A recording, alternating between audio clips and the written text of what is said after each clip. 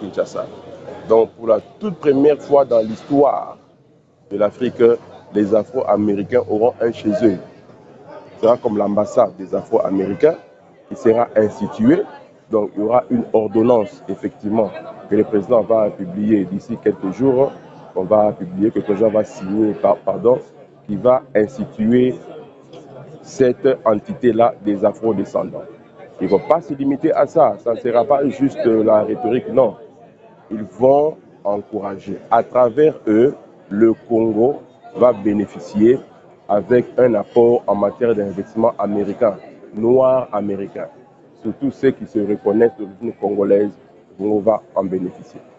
Et ils ont aussi des entrées au niveau de la Maison Blanche, ce qui facilite encore beaucoup plus les choses. La dame qui a parlé, donc si certaines personnes la reconnaissent, c'est elle qui était la lead pendant la campagne du président américain actuel, Joe Biden.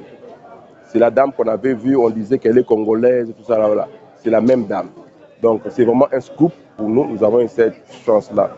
Et elle est venue ici justement avec la bénédiction du président Biden en personne. Alors voilà pourquoi elle a aussi été autorisée d'emmener avec elle la délégation avec laquelle elle est venue. Donc pour les Blancs, c'est aussi une opportunité de connaître l'Afrique en général et le Congo en particulier. Ceux qui sont venus aujourd'hui, ils sont très bien positionnés aux États-Unis. Donc ils ont de bons contacts, un carnet d'adresses fantastique. Si, juste pour vous informer, c'était prévu même que Michelle Obama puisse venir ici au mois d'octobre. Bon, malheureusement, elle a un agenda chargé, elle n'a pas pu venir. Il y a eu Michelle Obama, il y a eu Mike Tyson, Beyoncé, donc toutes les grandes stars américaines que vous connaissez là.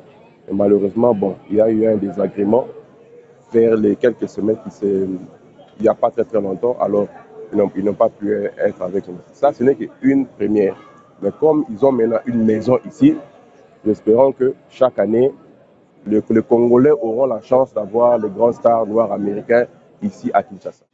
Bon, pour moi, c'est un grand plaisir parce que c'est un privilège pour nous de venir assister et de participer à une exposition pour cette journée combien mémorable.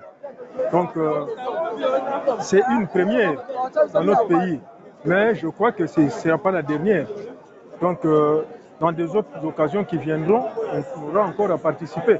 Ça peut aussi se passer que la journée internationale de la culture se passe dans un autre pays, mais on peut y aller, exposer aussi, prendre part.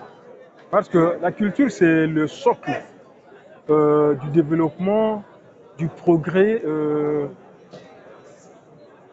de presque toutes les nations, les grandes nations du monde. Donc c'est une très grande joie pour nous de nous retrouver ici. Et surtout, le président nous a honorés en visitant notre exposition. Vraiment, on est ravis. Ma touche particulière, ce sont des œuvres que j'ai exposées. Il y a une qui parle de l'unité, cette valeur qui est presque un socle pour le développement et pour le progrès d'un pays. Avec l'unité engendre la paix, l'unité engendre le travail. Là où il n'y a pas d'unité, ce sont des désordres que l'on voit. Et surtout ces derniers temps, qu'est-ce que l'on ne constate pas dans beaucoup de pays du monde? Là où il n'y a pas d'unité, les gens se battent, s'entretuent. Or, l'unité, comme l'avaient dit les anciens, les sages, surtout avec un proverbe malien qui dit « Cœur voisin valent mieux que case voisine ». Les cœurs voisins engendrent toujours l'unité et la paix.